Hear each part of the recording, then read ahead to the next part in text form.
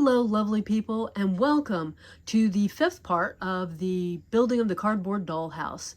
As you can see, the finished dining room has already been put to use, and today we're gonna continue working on the cabinets in the kitchen.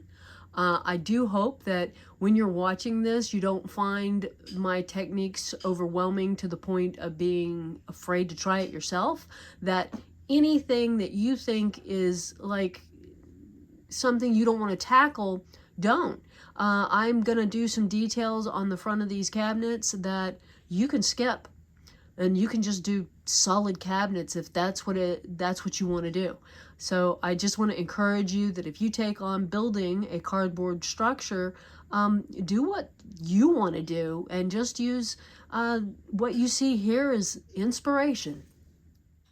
Looking down into the kitchen, you can see I have made this red paper pattern for the counter, and because it's going to be sticking out over here, I haven't cut out the area for the sink yet, and the stove's actually supporting it here in the corner because the faucet was in the way. But just so you can see that, you know, taking the measurements, deciding the depth of the counter, and making a paper template to get started. Now I'll cut out the section for the sink, and then I will have what I can use to then cut the cardboard for the counter. So now with the sink section cut out, you can see how over here our stability will be increased by it being attached all the way around as one piece of cardboard for the whole piece surrounding the sink. So there is the corner countertop pattern, and over here I want a washing machine. So either going to make it or acquire it, but we're leaving that space open for it. And moving on to the next step. So I've gotten the cardboard cut out for the counters, and I went ahead and used a much thicker cardboard. It was already these 2 layers. I didn't do that. And I wanted to do that because this thin joint here, I just wanted the thicker cardboard to stabilize that. And the other one needed to match. So those are ready, except that they'll have to have the paper around the edges on, let's see, this part shows, I guess I probably, maybe I should just go ahead and paper the whole thing. Anyway, this is the height, I think, of the counter. And what I was going to do was just take this, on this simple one, take and mark where the corner is, and then where the end of it is, I'll cut across here, and then I'll cut a relief so that I can fold it there. I don't know if you recognize this ruler, but it's generally sold for use in quilting. I didn't buy it, but because it's just not something I would have purchased, but it has turned out to be really excellent for this because I can use this line that goes across here to make sure that I am I'm going to draw a perpendicular line to my edge. There I go with those math words again. To keep the corner square.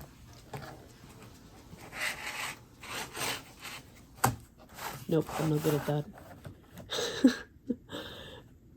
Mumbling about the fact that I cannot draw on the left side of the ruler. I am not ambidextrous in that way. Okay, I have this cut, and you may be asking why I didn't go ahead and cut it long enough to put in the side over here. And the reason for that is you have to calculate for how much the cardboard is going to take up in the fold, and I didn't want to. It required a lot more thought, and it's a lot easier to do this where I've got two open ends and I can change the distance here. If it looks like when I go to put it together this is too long at one edge or the other, I can cut it off and not have to worry about the fact that I created a fold there. So I now have this, and I will attach it onto the countertop, and then I'll start putting in dividers. And I still haven't decided what to do in this corner. Probably just going to leave it dead space, because who wants to try and fish back there for tiny little things that got lost? So I'm going to use the same method I used to put the walls together in the corner before putting them on the floor to glue them in place. Is that here where I've got these two pieces of cardboard joined, I have put on the outside a piece of tape to hold that join, and it won't be staying on the countertop. It did, however, when I used it for the walls, the tape stayed. I didn't bother with taking it off. But it stabilizes the corner so that you can open it up and then put your glue on, and it makes it much, much easier to then pull your cardboard back up. It's where it's going to be. The tape is holding everything.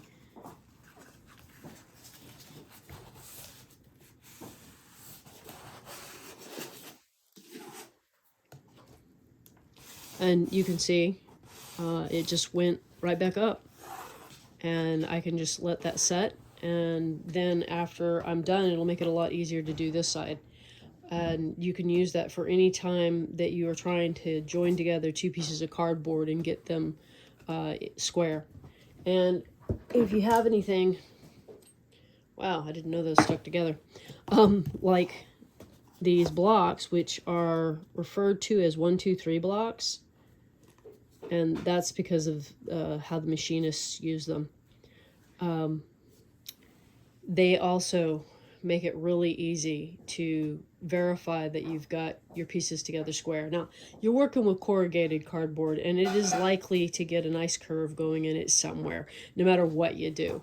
But we're just trying to cut back on how many crazy angles we get.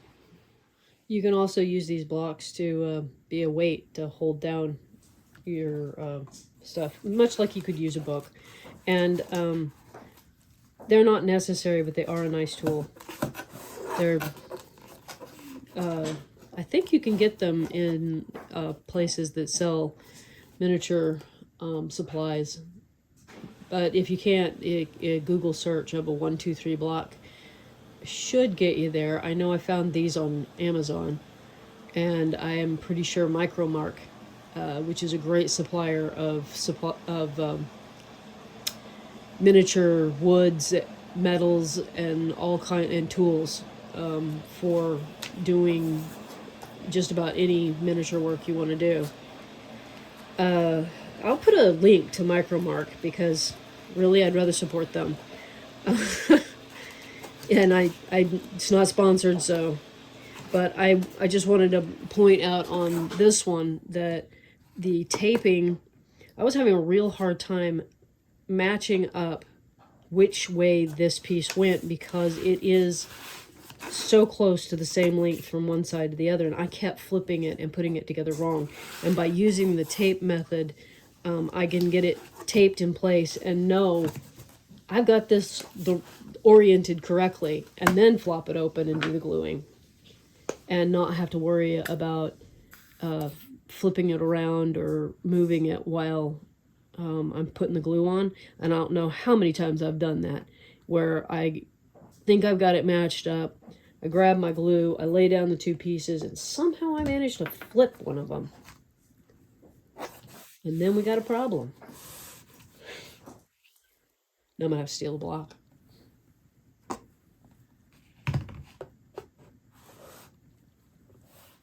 Another thing that I'm trying to remember to account for, and maybe you can see it over here, is that this is back a little bit from this edge, and that's to allow, and I've set this one a little bit back before I mark it. It's to allow for the front of the cabinet, and because the pieces that I'm kind of matching to don't have an overhang on the kitchen counter, I'm not going to bother with an overhang on these counters. If you wanted an overhang, you would set this back even further. So you would want the amount you want for your overhang and the amount you want or that you need for your cardboard. So your cardboard's going to go, front is going to go in here, wherever, and you'd need to shorten your walls accordingly, or your, I guess they're not walls, it's cabinets. But I plan on, can you see that? Putting it in and having it flush. I may change my mind and stick it beside though. On that particular part, well, this particular counter butts into an appliance on both sides, so having overhang here on this end is not important, but having overhang on these, leaving space on the part that is open to the kitchen, where you might want to have your counter stick out further than the cabinet door. Anyway, that's something to think about as you're marking out where to cut and fold. I'm starting to put the dividers on the inside, like this one here, and I'm using similar tape method, except that I put the piece and hold it in place and then run into things and knock it off. Okay, so part of what I'm paying attention to here on my placement is that I want it in a good spot for putting the cabinet door front facing up against so that it supports it. So this is going to be a really narrow cabinet here. Then I take the tape, put it up against the divider, and then use my fingernail to get it down in there to hold it exactly where I've got it placed. And then I can kick it over like that, put my glue in, and I'll go ahead and I'll go put the glue up this side here, and yes, I will be guessing just a little bit with that. But that'll help me to get it back into the place that I wanted it. And this one, you'll note, is within, it's away from the corner by a little bit. So this whole area here won't be in use, but I like to keep my kitchen stuff in the dollhouse kitchen. So I like to have some places to tuck things. And I realized when I took apart the kitchen from where it was, I had quite the pile of stuff stashed. And so I need to have places to put all that, or I'll just have piles everywhere.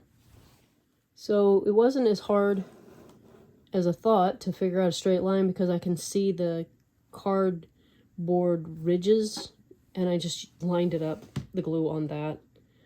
You also note that I tend to leave my glue on its side, and that is so that the it's not so hard to get the glue out. I only store new bottles of glue right side up. Once they're in use, you'll either see them upside down in a container or laying on their side. And it's just because I hate fighting to get the glue out. I was going to say, you can also, instead of using a 1, 2, 3 block, you can use a rock. Or last night's snack container. Whatever you've got that's got a little bit of weight to it to help hold things in place. It doesn't have to be a specialized tool. Look around your house and see what you got, that, like the books and your dictionaries and encyclopedias, if you still have them. I do. And figure out what you can use that'll help weight things into place. But I really like this snack container. That's, I think, my favorite one so far.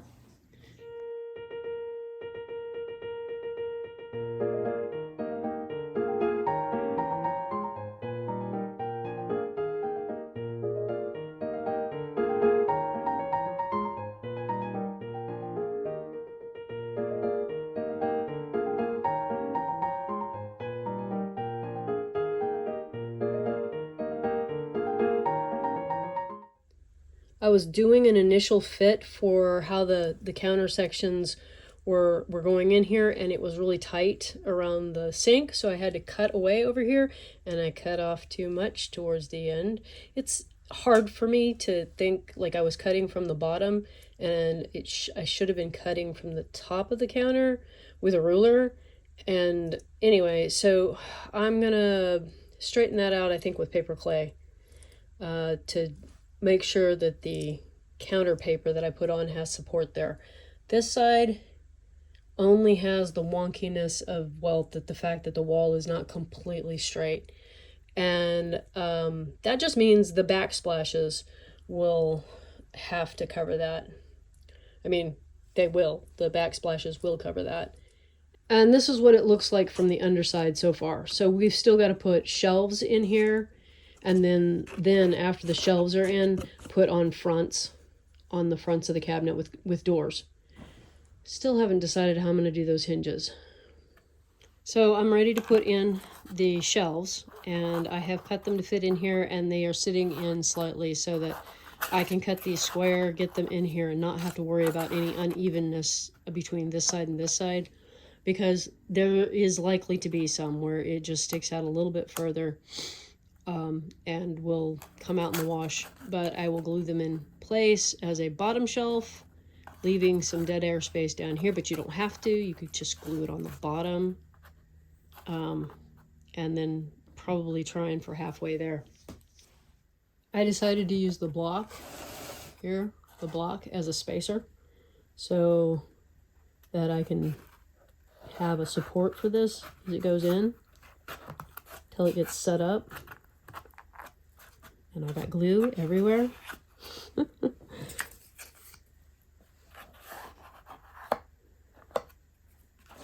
But anyway, it gives it something to sit against so that it's in there straight. I put another block in here. And then I'm going to use this piece of tape as a clamp. The one thing I did notice is that masking tapes become kind of semi-permanent the longer you leave them in place.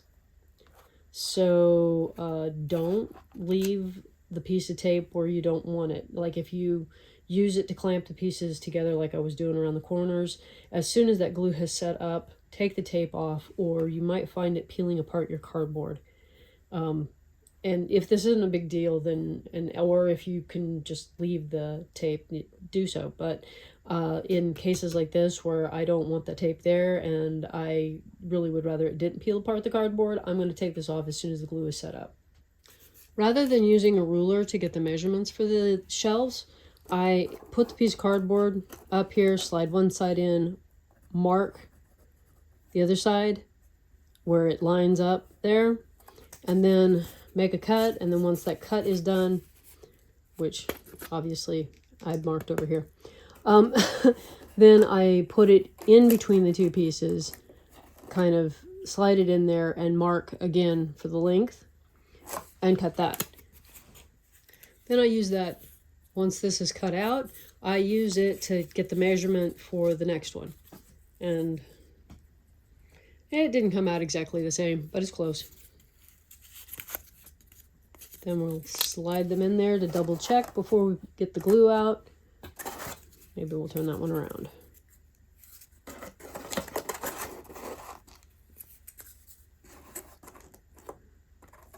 That actually looks pretty good. Yeah. So then we'll glue them in place. And I'm only just putting glue around the edge. It's easier if you can put the glue on that, but the spaces are too small to get in there with the glue bottle. Kind of ran into some issues trying to get those last pieces in.